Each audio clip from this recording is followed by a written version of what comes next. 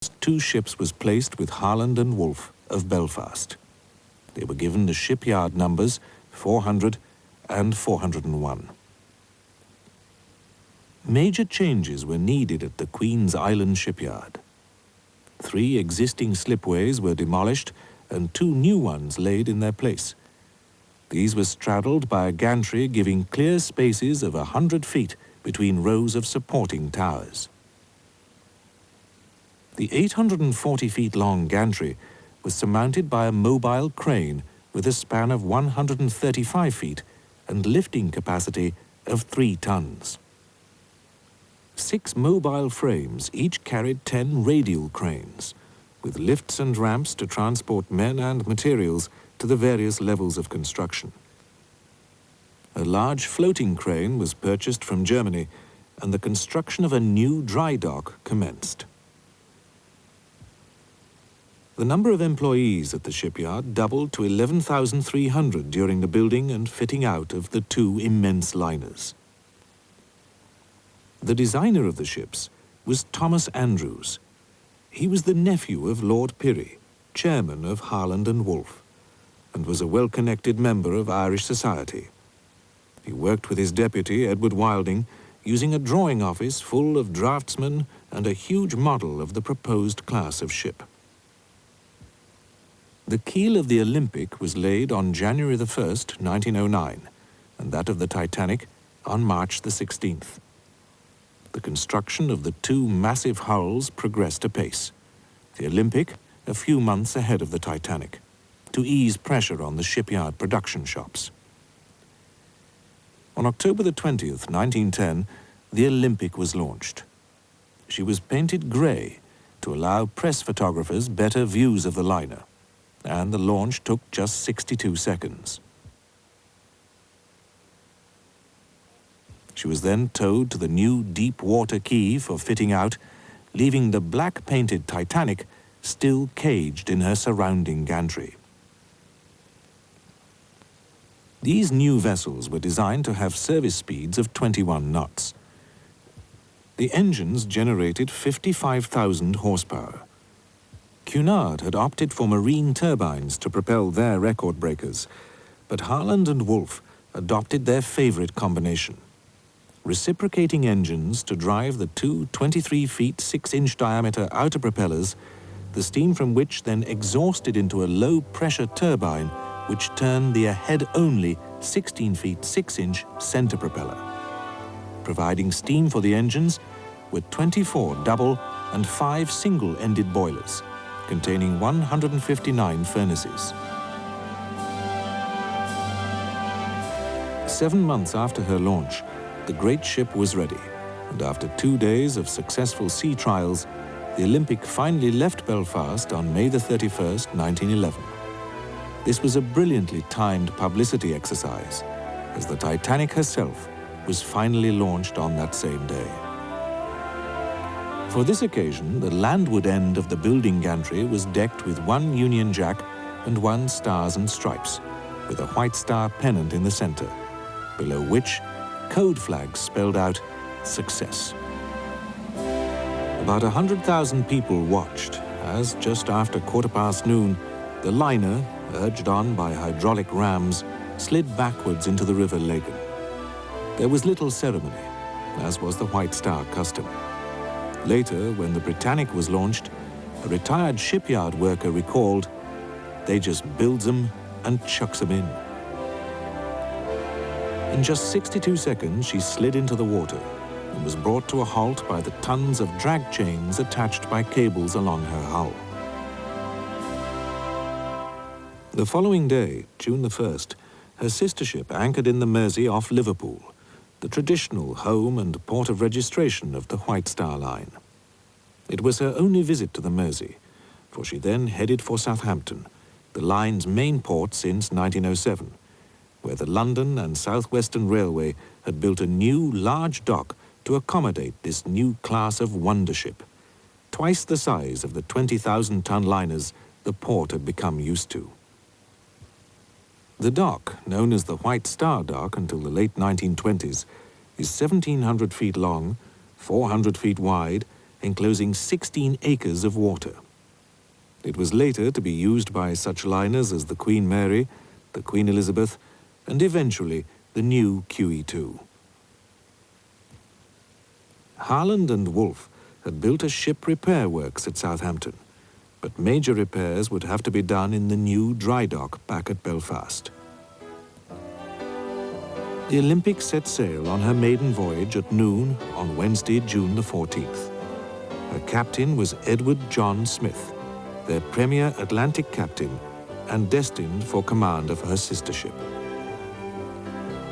Also on board was J. Bruce Ismay, the company's managing director. He was preparing a meticulous report on the ship's layout, fittings, and service, and many alterations to these provisions were subsequently made on the Titanic.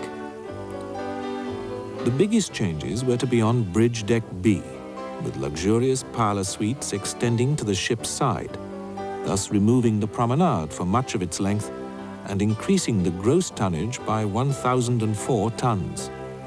A reception hall by the aft grand stairway, a large restaurant with sea views, and a café parisien, complete with trellis work and growing ivy.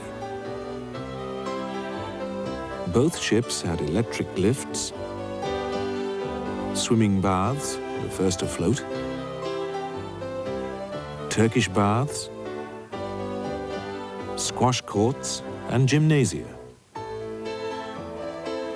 But the Titanic acquired the reputation of being more luxurious because of these many improvements. Richly carved paneling, stained glass windows, deeply piled carpets, and many other fitments of both luxury and necessity were bringing the Titanic to completion. She would be a floating palace.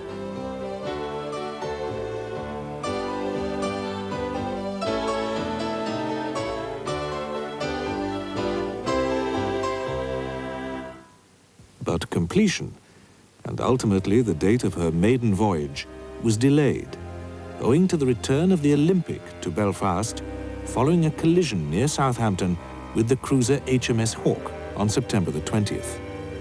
The Hawke's bow was badly damaged. The hole in the Olympic was 40 feet high and extended 8 feet into the ship. There was a second hole at the waterline caused by the cruiser's beak-like ram. Some witnesses claimed the huge bulk of the liner caused an undertow, which sucked the smaller ship into her side. This phenomenon was later to cause a near accident on the Titanic's departure from Southampton. The Olympic was taken to the new dry dock at Belfast, and men were taken from fitting out the Titanic to speed the repairs. On February the 24th, 1912, Olympic returned again for repairs to a propeller. Eventually, following these delays, and 11 months after her launching, the Titanic was at last ready for sea trials. One final modification had been to enclose and glaze her forward promenade on A deck. On Olympic, this section of promenade was prone to wetting by spray. This gave the Titanic a visual feature distinguishing her from her sister. Trials began on June the 2nd in the Irish Sea under the command of her captain, Edward John Smith, who had left the Olympic in Southampton and travelled to Belfast. He had taken his finest and final command and took the ship on to Southampton. Still with last-minute interior work in progress, she was not opened to the public for inspection, as was the custom. The ship was thoroughly inspected by a Board of Trade representative. The brand new lifeboats were lowered and rowed around in the dock to the inspector's satisfaction before being hauled back on board. They were maneuvered by the Welin type of davit, and although these could each handle several boats in succession during an emergency, the actual number of lifeboats fitted on the Titanic complied to a Board of Trade ruling made 20 years earlier. This stated that a ship of 10,000 tons or over, a large ship in the late 19th century, should carry 16 lifeboats. But the Titanic was 46,000 tons. White Star, in fact, provided 4 extra in the form of Engelhart collapsible boats with planked bottoms and collapsible canvas sides. The number of passengers was not considered, just the letter of the law. In fact, this was only half the number of lifeboats required to accommodate a full complement of passengers and crew in the event of a disaster.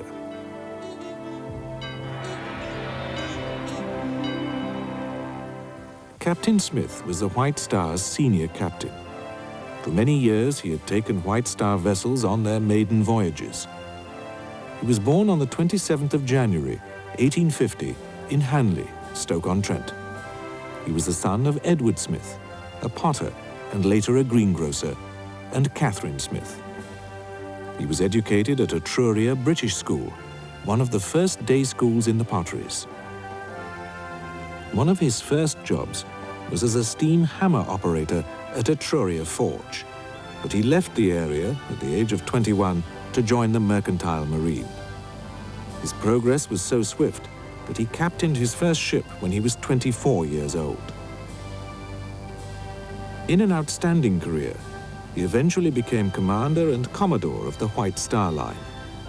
His employers had absolute faith in his skill and judgment. His career had been unblemished by any accident apart from the incident on the Olympic. He was a tall, distinguished, quietly spoken man, and, coming up to retirement, the Titanic was to be the pinnacle of his career.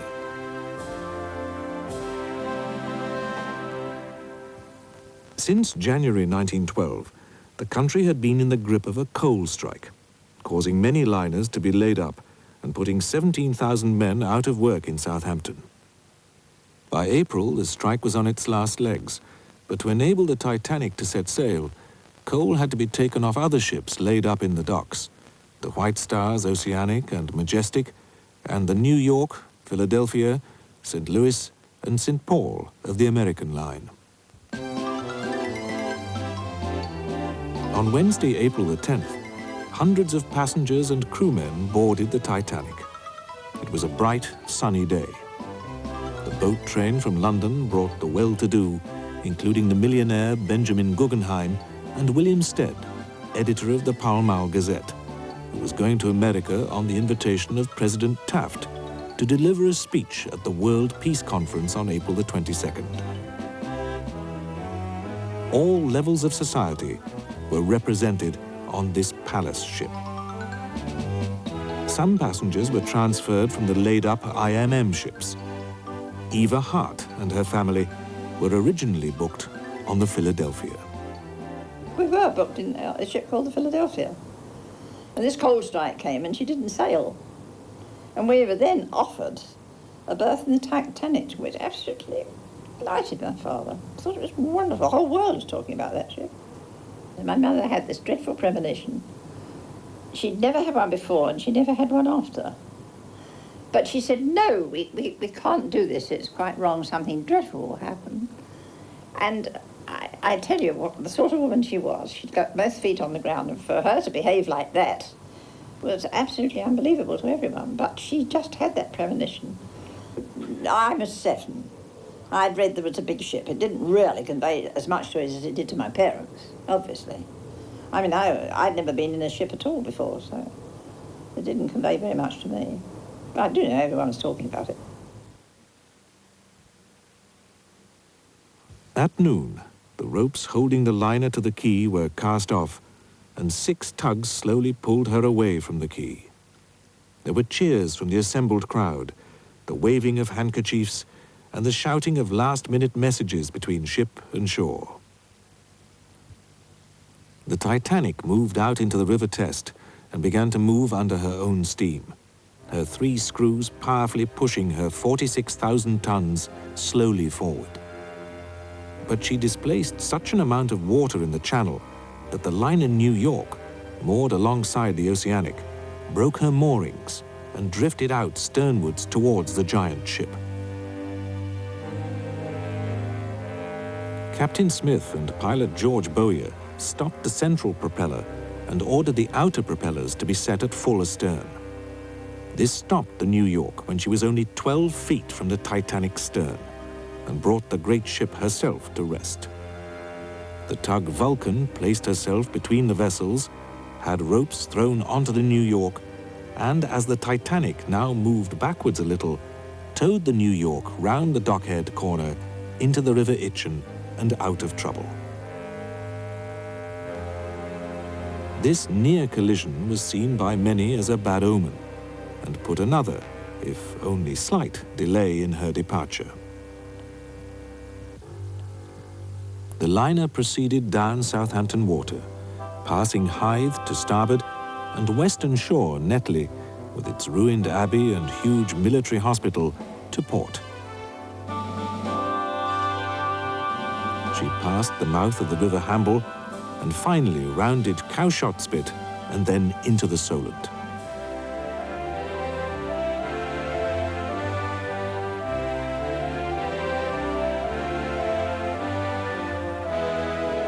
In glorious sunshine, the Titanic sailed out past Cowes and the Isle of Wight and into the open sea towards Cherbourg, where she was to arrive at 6:30 p.m. to take on more bags of mail and passengers. These included more millionaires, such as John Jacob Astor and his wife, and various socialites, some seeing the maiden voyage of the world's largest liner as a good way to end their European holidays. Now she turned westwards through the English Channel to call at Queenstown, now Cove, in Ireland, just before noon on April the 11th. More mail bags were taken on, and some mail and passengers delivered to the Irish port.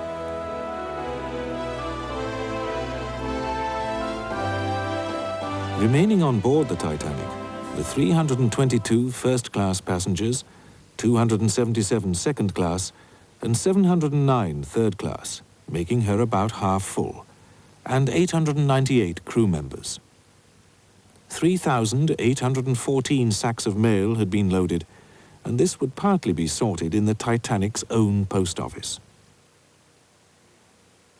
She weighed anchor at 1:30 p.m.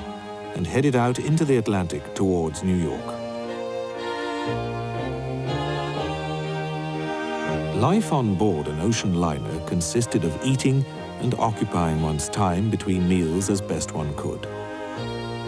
The first-class passengers had the ship's 5-man band, led by Wallace Hartley, to entertain them. Hartley had previously played on the Mauretania and other prestigious liners. The band played everything from Strauss and Offenbach for the stately Jacobean room to ragtime and cakewalks for afternoon dances. A separate trio played in the restaurant's reception room and Café Parisienne. A piano was provided for the use of the third class, and an Irish piper and fiddler would play for their communal dancing. Ball games in the forward and aft well decks were popular with the third class. These could be seen by spectators from the other classes on the tiers of decks above them. These others had space enough for deck tennis, shuffleboard, or promenades round the wide boat deck. Inside, there were first and second class libraries and games rooms. To cater for over 2,000 people at sea for 6 days, head chef Mr. C. Proctor had stored inboard 75,000 pounds of various meats, 25,000 pounds of poultry, including quail, pheasant, chicken, turkey, and plover, 15,000 bottles of beer, and 1,000 of wine, 1,000 pounds of tea, 2,200 pounds of coffee, and tons of fruit, vegetables, jams, and other items. In third class, the food was basic but plentiful. People said that third class on the Titanic was as good as first class on any other liner. There were 2 dining rooms for first class, the Jacobean room and an à la carte restaurant with the adjoining Café Parisienne. the latter two being run by Monsieur Gatty and his staff on behalf of the White Star Line. The buglers sounded the call for dinner in the evening. During the voyage, the weather remained fine, the sea calm, but with a chilling breeze. It was to get colder on Sunday, April the 14th. In the radio room, ship-to-shore contact was made possible again as the ship came in range of Cape Race, and the operators were kept busy with current messages and the backlog which had built up through a breakdown of the system 2 days previously. Ice warnings had been received during Sunday by the two Marconi operators in the radio room, Jack Phillips and his assistant, Harold Bride. Their prime job was to transmit and receive private messages, known as Marconigrams, stock exchange information, and news, these private messages bringing the company its revenue. Official messages received for the ship indicated that there was pack ice and large and small icebergs in the shipping lanes, although it was not appreciated that these warnings represented one huge ice field. Messages to the ship itself were pinned on a notice board for the information of the navigating officers, but not all the ice warnings were posted. An 11 a.m. warning had read, "America passed two large icebergs in 41 degrees 27 minutes north, 50 degrees 8 minutes west on the 14th of April. A message received from the Mesaba at 9:40 p.m. stated, "Ice report in latitude 42 degrees to 41 degrees 25 minutes north, longitude 49 degrees to 50 degrees 30 minutes west. Saw much heavy pack ice and great number large icebergs, also field ice. Weather good, clear." Assistant operator Harold Bride was off duty, but chief operator Jack Phillips was snowed under with sending and receiving private messages. He put this later message to one side for subsequent delivery to the bridge. He was not to know that this message warned of ice directly in the path of the Titanic.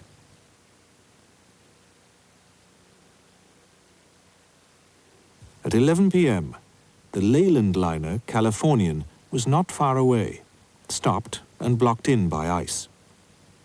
During the course of the evening, Phillips rebuked the Marconi operator on the Californian for interrupting his calls to Cape Race. Later, as he came off duty, the Californian's wireless operator switched off his set and turned in for the night. Captain Smith had been to a dinner party held in his honor in the restaurant. He returned to the bridge at 9 p.m. He discussed the weather and ice warnings with Second Officer Charles Herbert Lightoller. After 20 minutes, he went into the chart room, leaving instructions for him to be called if conditions deteriorated. Lightoller went off duty at 10 o'clock, handing over to First Officer Murdoch. Lightoller went to bed just before 11:30 after making his rounds of the ship. Up in the crow's nest, lookouts Frederick Fleet and Reginald Lee were looking ahead in the bitterly cold wind. At 11:40 p.m., Fleet rang the crow's nest bell 3 times and picked up the telephone connecting him with the bridge. "Iceberg, right ahead," he called. He described what he saw. The berg came ever closer. The ship then responded to Murdoch's emergency instructions. Hard a starboard, full astern, hard a port. The prow swung slowly across, and the iceberg passed along the starboard side of the ship before disappearing aft. It seemed like a near miss. But the iceberg had bumped along the ship's hull below the waterline, shearing off rivet heads, penetrating parts of the hull, and opening overlapping plate seams. A gash of between 250 and 300 feet long had been made below the waterline along the front part of the starboard hull. The whole impact had taken only 10 seconds. Many people on board didn't even notice the event. Others reported feeling a slight vibration. Some people came up on deck to see why the ship was now stopping. And on the third-class deck, men were seen playing football in the forward well deck, with some of the ice which had fallen from the towering berg as she passed. There was no clue to the imminent disaster. Captain Smith had rushed to the bridge and checked that all the electrically operated emergency watertight doors below had been closed, and ordered a quick inspection of the ship. It was only then that the enormity of the damage to her hull became apparent. The Titanic was divided into 16 watertight compartments and could float with any two, possibly 3 or 4 of them, completely flooded. But this long, glancing blow meant that the 6 forward compartments were flooding. The bulkheads this far from the prow only reached up to the saloon deck, some lower still, and as the ship was weighed down with the seawater flooding in and began to sink by the head, the water would rise above these compartments to fill the next, and so on. It was inevitable that the Titanic would sink. Thomas Andrews, the ship's designer, confirmed this to Captain Smith. But still, the passengers were unaware of their imminent peril. I was in bed, of course. And she just came and joined in whatever was happening during the evening, that sort of thing. And my father got very cross because he had every reason to dislike gambling. His father had been a compulsive gambler and had died utterly penniless from being quite a wealthy man. And so everybody was gambling on this Sunday night. They were making books, having service, and having sweepstakes as to what time she would get in so many minutes past so and so. My father would have nothing to do with it. And so he went to bed quite early, for him anyway. And my mother sat down to sew and read. And she looked up at him, he was reading. He said he's got a very interesting book. But quite quickly, he went to sleep, and she got up and took the book from him and set her down again. And she said at 10 minutes to 12, she felt a slight bump. And she said it was just like a train pulling into a station. It just jerked. It was very slight, but she said she knew that it was this dreadful something, and she wakened my father. She wakened me, and my father said no, he wasn't going up on deck again after the night before. But she literally pulled him out of bed and made him go up. And she then said she was going to dress me, and I, being sleepy and very naughty, said I wasn't going to be dressed. Nothing to be dressed for, I'm going back to bed. My father came back very quickly because he could get up to the boat deck in the lift very quickly from where our cabin was. And he came back and he picked me up and wrapped his blanket tightly round me as if I were a baby. And my mother said nothing to him, and I used to say to her sometimes, years afterwards, I can't understand why you didn't say to him, what was it? Which she certainly did not say. And she said, I didn't have to say, what was it? I didn't know what it was, but I knew it was this dreadful something that I had to live with for months. There was nothing more I could say. So he put his very thick coat on her and put another one on himself. And without any words at all, we went out of the cabin and into the lift and up onto the boat deck. Now, if we hadn't done that at that time, I very much doubt I'd be talking to you today, because, as you know, there was accommodation for less than 800 people in the lifeboats, and she was carrying 2,200. So it was a question as who was there in time to get into one of the all too few lifeboats. Well, they weren't launched very quickly, because at first no one thought anything was going to happen. But my father went away and spoke to an officer, and he said, they are going to launch the lifeboats, but you'll all be back on board for breakfast. Now began the general alert. Runners called through the ship for passengers to put their life jackets on and proceed up onto the decks. Some still thought this was merely a safety practice, even at near midnight. What distinguished this operation in its early stages was the quiet orderliness, with people remaining on the whole quite calm. It was a cold, clear, starlit night as people filled the decks, those in the upper classes arriving before the greater numbers of third-class passengers who were berthed furthest away from the boat deck. The sea was a flat calm, but Captain Smith knew there would only be enough space in the lifeboats for half the people on board. Down in the Marconi room, the captain ordered the operators to stand by, then returned a few minutes later at 12:15 a.m. to tell them to send the international distress call, CQD. The position was estimated as 41 degrees 46 minutes north, 50 degrees 24 minutes west. At 12:25, this was changed to 41 degrees 46 minutes north, 50 degrees 14 minutes west, the revised signal being picked up by the liner Carpathia nearly 60 miles away. She immediately altered course and steamed towards the stricken giant. Just after 12:30, Captain Smith again came to the wireless room and asked what they were sending. CQD, Phillips replied. Harold Bride joked, "Send SOS, it's the new call. It may be your last chance to send it." Shortly after, the first lifeboat was lowered, containing only 19 or 20 people. No lifeboat drill had been given to passengers at any time on the voyage, and many crew were unclear about their lifeboat stations. But then Quartermaster Rowe began firing off distress rockets at 5-minute intervals, and people were now less reluctant to climb into the lifeboats being prepared for lowering. The evacuation of the ship now ceased to be so calm and orderly. There wasn't any panic until the lifeboats left, and then there was panic galore. We were down on the ocean. We could hear them running about on the decks and screaming. You can imagine people came up from their cabin, went onto the deck, no lifeboat, tearing around the other side. That's when the panic was there. There wasn't any panic at the time I got in the lifeboat because there weren't enough people up there. And there were enough people there to just get into the lifeboats.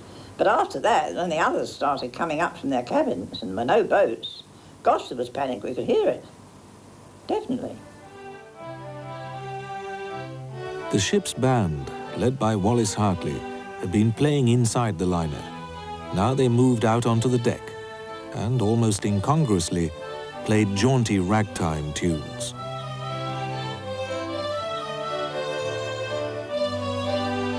As each lifeboat reached the water, it moved away from the ship, for fear of the suction should she sink. Some rowed towards the lights of a ship which could be seen just a few miles away. But this ship was never identified and never reached. And of course there are still threats of legal things even these days about whether the ship that was so close to us was the Californian or not. I mean, I saw that ship. It's terribly close. And the other thing I'm saying is that I didn't see a ship 19 miles away. I saw a ship that was so close, and they said at the time it was less than 9 miles away. Now they're trying to say it was 19. I saw it, you know, it wasn't just lights on the horizon, you could see it was a ship. And I saw our rockets being fired, which that ship must have seen. Well, this inquiry says that they did see it, but they didn't think it was a portent of danger. But I would have thought in the middle of the Atlantic, in the middle of the night, that rockets must mean trouble. The Titanic's bow sank lower and lower in the water. Yet all her lights remained ablaze throughout, until very near the end. With great courage, every one of the liner's engineers stayed at his post in the bowels of the ship to keep the pumps, lights, wireless, and other functions operational. Women and children first was the rule for the lifeboats, but some men were allowed in as boats were hurriedly lowered and no ladies could be seen close by. J. Bruce Ismay, managing director of White Star, himself stepped into a partially filled boat. First and second class passengers were led to the boat deck. Third class had to find their own ways as best they could. At 1:30, a group rushed boat 14 as she was about to be lowered, and Fifth Officer Lowe had to fire his revolver along the side of the ship to quell them. At 1:40 a.m., the last rocket was fired. The last of the rigid lifeboats was lowered at 1:55. The boat deck now only 15 feet above sea level instead of her usual 62 feet. 2 of the collapsible boats were successfully launched. A third was launched at 2:05, by which time the forecastle was underwater and promenade deck A was awash. At about this time, Thomas Andrews, who had designed this great ship, was last seen standing in the first-class smoking room. He was standing, arms folded, life jacket off, staring straight ahead at a painting above the mantelpiece, The Approach to Plymouth Harbour by Norman Wilkinson. Captain Smith released the wireless operators from their duties, but Phillips carried on sending distress messages while the power held out. The captain then walked along the deck telling his men, "It's every man for himself." Incredibly, the lights still burned. At 2:10 she lurched and sank deeper. The last collapsible lifeboat and some men were washed off the deckhouse, and this lifeboat B landed upside down in the water, with no chance of righting it. Men clambered to at least stand on the upturned hull. The band now played a solemn air. Some say autumn, but popular belief says it was nearer My God to Thee.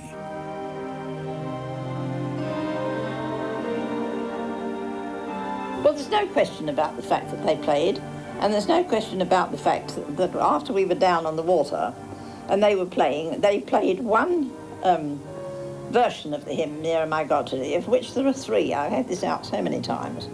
And the one they played was the one that was played in church some months after, when I was with my grandmother, and I was so frightened I came out of church, I ran out. I knew the tune so well.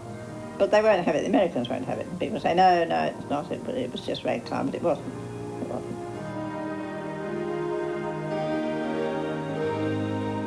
Now the stern rose out of the water. 2 4-inch diameter cable stays snapped, and the forward funnel crashed down to starboard, crushing the bridge wing and killing several people in the water. The wash it generated pushed the upturned lifeboat away from the ship. There were varying reports on how Captain Smith met his end. One claimed he committed suicide on the bridge with his revolver. Another that he swam up to a lifeboat with a baby in his arms, put the baby in the boat, then sank beneath the waves. And another that he simply went down with his ship.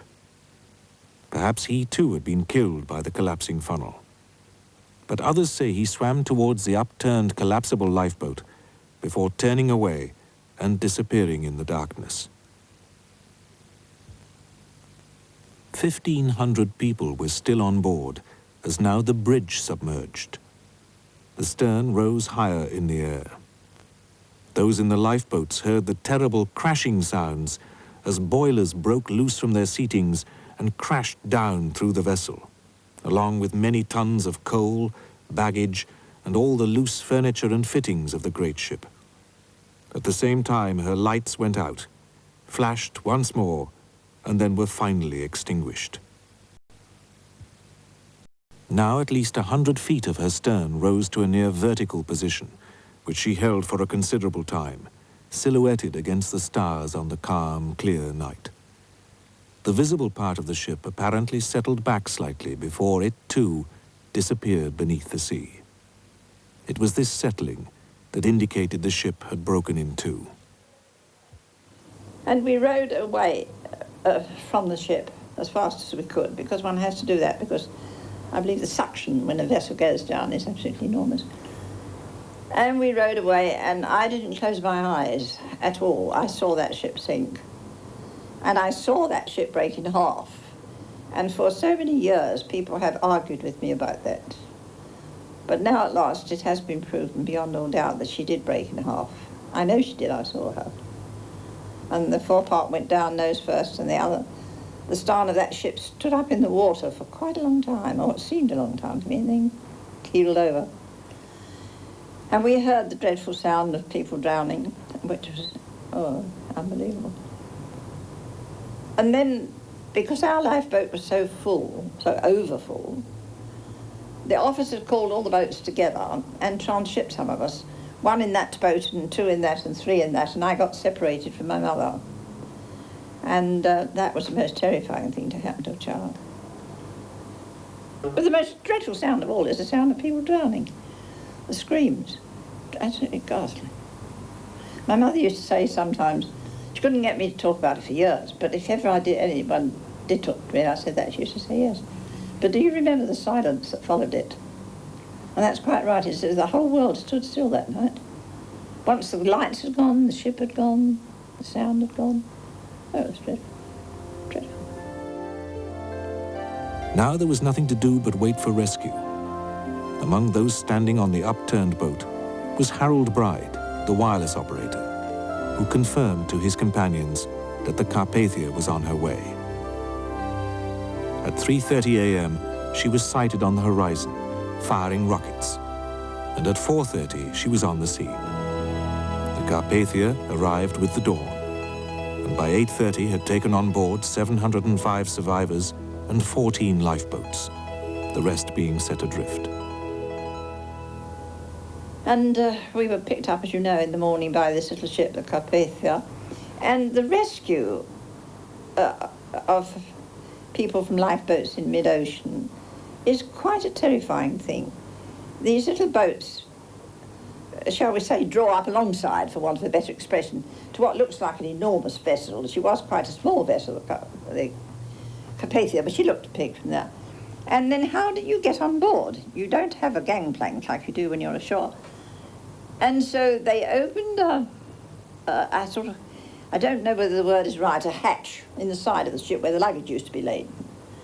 And they threw down rope ladders, and people like my mother and other grown-ups had to climb up in mid-ocean up a swaying rope ladder, which she said was the most terrifying thing.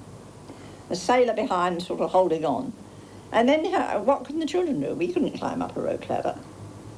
So they got these big luggage nets, and the mesh is very wide apart. It's quite a big mesh.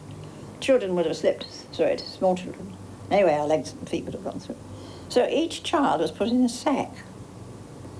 And I remember being petrified when I was put in that sack and it was tied round, and the sack full of these children were put into these huge nets, and quite safely, of course, hauled aboard.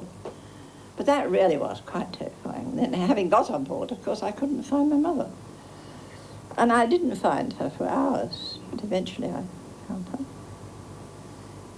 And I'm quite sure one of the most pathetic things must have been the whole of the next day, how these poor women, such as my mother, roamed about the ship looking to see if they could see the husband they left behind.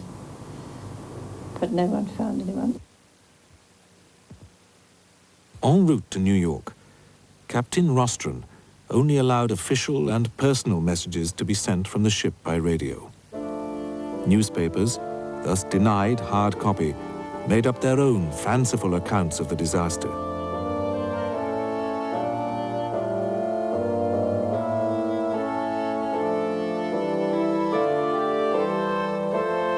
It was only on arrival that the true story became known, and gradually the dreadful news of the disaster was released to the world.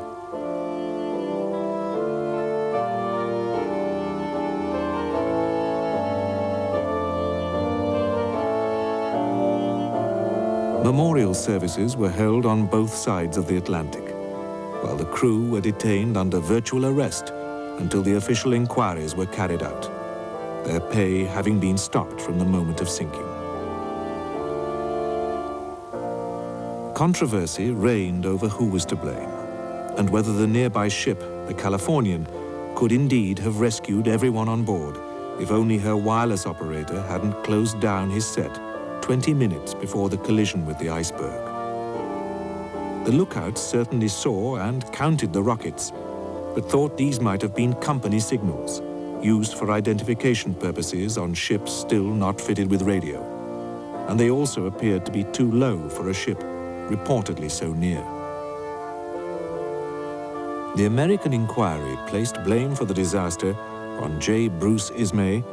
The fact that the Titanic was sailing at virtually full speed, 21 knots, at the time of collision, knowing there were icebergs in the area, and the lack of sufficient lifeboats. The English inquiry also blamed the speed and inadequate provision of lifeboats, but also cited Captain Smith. After this tragedy, ships were to travel on a more southerly Atlantic route, travelled slower, and always had lifeboat provision for all on board. 63% of the Titanic's first-class passengers survived, 42% of second class, and 25% of third class.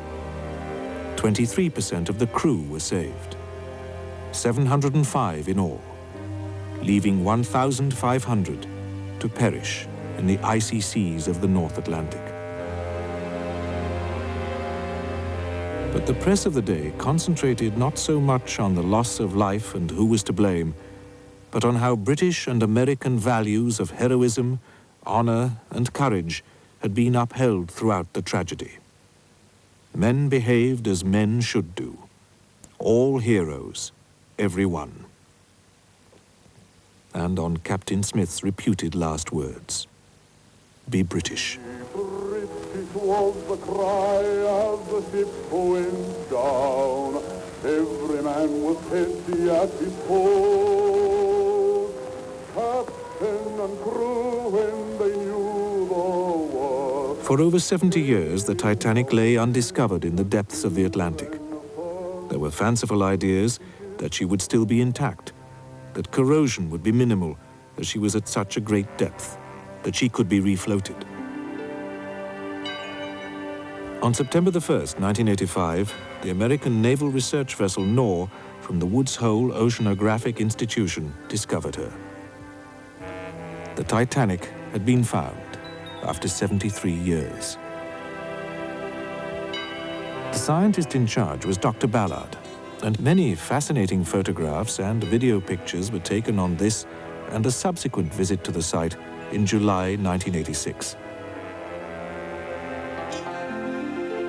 The liner is broken into two main sections, but sits upright, with her funnels gone. She is severed just aft of her second funnel, and the stern section is 800 meters away. Much of the central section lies in shattered segments on the seabed. A silver memorial plaque has been left on the wreck as a mark of respect, and to honor her as an official grave to the hundreds who perished with her, and as a tribute to a disaster which should never have happened. I entirely agree with my dear Dr. Ballard's words. He said the whole thing was a tribute to man's arrogance, and I agree with that. That man can be so arrogant as to build something and claim that it is undestroyable, if you like. It's the most arrogant thing to say. True, if the Titanic had struck rocks or a tempest and storm and sunk, that would be one thing, but this was a ship that needn't have had any loss of lives. I think it's the most dreadful part of it. And as I say, all these years later, this interest is profound. And it's because there was no need for anyone to die. No one should have died. Had she had enough lifeboats with 2.5 hours and a very smooth sea, nobody would have died. And one life is worth more than the whole ship, surely. That is what I saw, that is what I remember.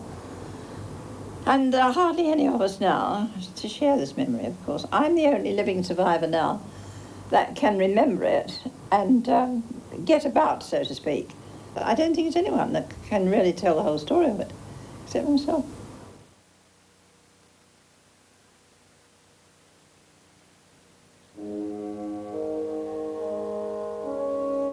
Later tonight, ride aboard the Navy's newest and most powerful submarine when KPBS brings you the Nova Science series airing at 11.